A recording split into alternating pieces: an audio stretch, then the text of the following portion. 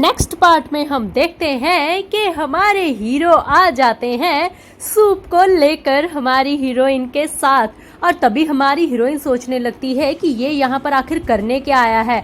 ये तो ऐसे बिहेव कर रहा है जैसे कि एक गैंगस्टर को अच्छे से एजुकेशन देनी है, और ये क्या निकाल रहा है यहाँ पर। और तभी हमारे हीरो कहते हैं कि अगर तुम्हें दर्द हो रही है तो तुम रेस्ट कर सकती हो, तुम्हें यहाँ पर खड़े होने की कोई ज़रूरत नहीं है।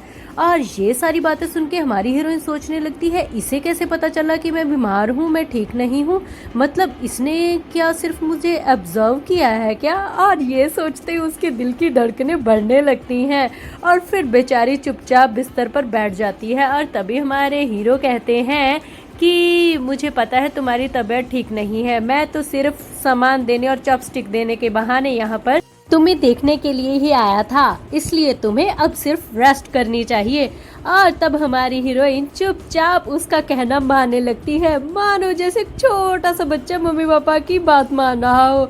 और वो बड़े प्यार से बिस्तर पर बैठ जाती है और हमारे हीरो बड़े प्यार से उसे चादर उड़ा रहे होते हैं। हमारी हीरोइन कहती है, मुझे वैसे इतने प्यार की आदत नहीं है, मगर जिस तरीके से ये बिहेव कर रहा है मुझे ये सच में काफ़ी अच्छा लग रहा है, कहीं ना कहीं इसमें एक अपनापन सा है। और तभी हमारे हीरो कहते हैं कि तुम जिंजर सूप पियोगी क्या, तुम्हारे पेन के लिए ये काफ़ी अच्छा रहेगा। और तभी हमारी हीरोइन को तो शर्म आ जाती है और सोचने लगती है, सच में इसे ये सारी बातें कैसे पता है, हे भगवान।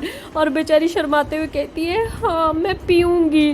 और तभी हमारे हीरो को पता चल जाता है कि हमारी हीरोइन को तो शर्म भी आती है। और सच में हमारा हीरो काफ़ी इस वक्त मज़े में होता है, क्योंकि उसे अच्छा लग रहा होता है हमारी लुमियान को इस तरह से शर्माता हुआ देखकर। और फिर वो आकर उसके पास उसके सर पे हल्का सा नॉक करता है और उसे कहता है कि हे चलो ये खा लो अब।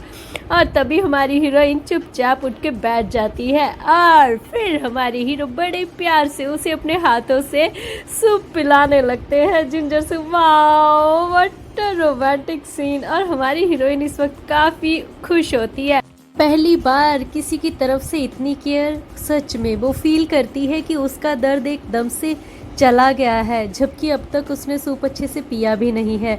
उसे ये सब कुछ बहुत अच्छा लग रहा था कि तभी उसका मूड ख़राब करने के लिए उसका फ़ोन बज उठता है। और तभी हमारे हीरो देखते हैं कि हमारी हीरोइन का हाथ नहीं पहुंच रहा, तो वो खुद उठाने लगते हैं उस फ़ोन को, और फ़ोन पर लिखा होता है मिसेस लू। तो वो कहते हैं, तुम्हारे घर से फ़ोन है, शायद सबको फ़िक्र हो रही होगी, तुम्हें बात करनी है क्या। तो वो कहती है कि नहीं, मुझे किसी से बात नहीं करनी, आप फ़ोन कट कर दीजिए। मगर हमारे हीरो का इरादा कुछ और होता है और वो फ़ोन को उठा लेते हैं। और तभी जो आगे से जवाब आता है वो तो अजीब ही होता है, क्योंकि ये लुमियान की माँ होती है, जो फ़ोन उठाते ही चिल्लाने लगती है, तुम आखिर कर क्या रही हो, तुम अपनी बहन की दुश्मन क्यों बनी हुई हो, वो बेचारी छोटी सी बच्ची ने तुम्हारा क्या बिगाड़ा है, किडनैपिंग केस को हुए 2 साल हो चुके हैं, तुम गड़े मुर्दे क्यों उखाड़ रही हो, वो बेचारी को अच्छे से जीने दो ना, तुम उसकी ज़िंदगी क्यों बर्बाद करना चाहती हो। मैं चाहती हूँ कि तुम उससे बदला लेना चाहती हो, उसकी ज़िंदगी बर्बाद करना चाहती हो, मगर मैं तुम्हें ऐसा कभी नहीं करने दूंगी, ठीक है ना। सुना दे रहा है तुम्हें कि नहीं, अब तुम जवाब क्यों नहीं दे रही हो। और हमारी हीरोइन एकदम से हीरो की तरफ देखने लगती है, क्योंकि फ़ोन तो हीरो के पास होता है ना। और तभी हमारे हीरो उसकी तरफ देखकर उसे कुछ भी ना कहने का इशारा करते हैं और कहते हैं कि अब मैं इसे खुद संभाल लूँगा। और फिर उस फ़ोन को अपने कान पर खुद लगा लेते हैं और बात करने लगते हैं और कहते हैं कि हेलो, मैं लुमियान का डिसिप्लिन टीचर हूँ, उनके स्कूल का, मेरा नाम है डाउन मू और आप मुझसे बात कर रही हैं, कहिए क्या बात है। और तभी उसकी माँ पर तो बिजली टूट पड़ती है कि हे भगवान, उनके स्कूल का टीचर, अरे मेरी बेटी का इंप्रेशन तो नहीं कहीं गलत पड़ गया, हे भगवान मुझे अच्छे से बात करनी चाहिए थी। और फिर वो कहती है कि हेलो सर, ये लुमियान का फ़ोन आपके पास कैसे आया, लगता है वो फ़ोन अपनी क्लास में चला रही होगी, तो आपने उसे सज़ा देने के लिए उसका फ़ोन ले लिया, यही ना। और इसके साथ ही हम इस खूबसूरत सी स्टोरी को यहीं पे समाप्त करते हैं। मैं जानती हूँ काफ़ी लोग मुझे मैसेज सेंड कर रहे हैं कि प्लीज़ ये कहानी कंप्लीट कर दीजिए, ये कहानी कंप्लीट कर दीजिए। मैं खुद सारी स्टोरीज़ कंप्लीट करना चाहती हूँ, मगर प्लीज़ मेरी मजबूरी को समझिए, मैं सारी स्टोरीज़ एक साथ नहीं चला सकती, क्योंकि मेरा पहला चैनल ख़राब हो चुका है। मैं इस चैनल को बड़े ही ध्यान से चलाना चाहती हूँ। Keep supporting me guys.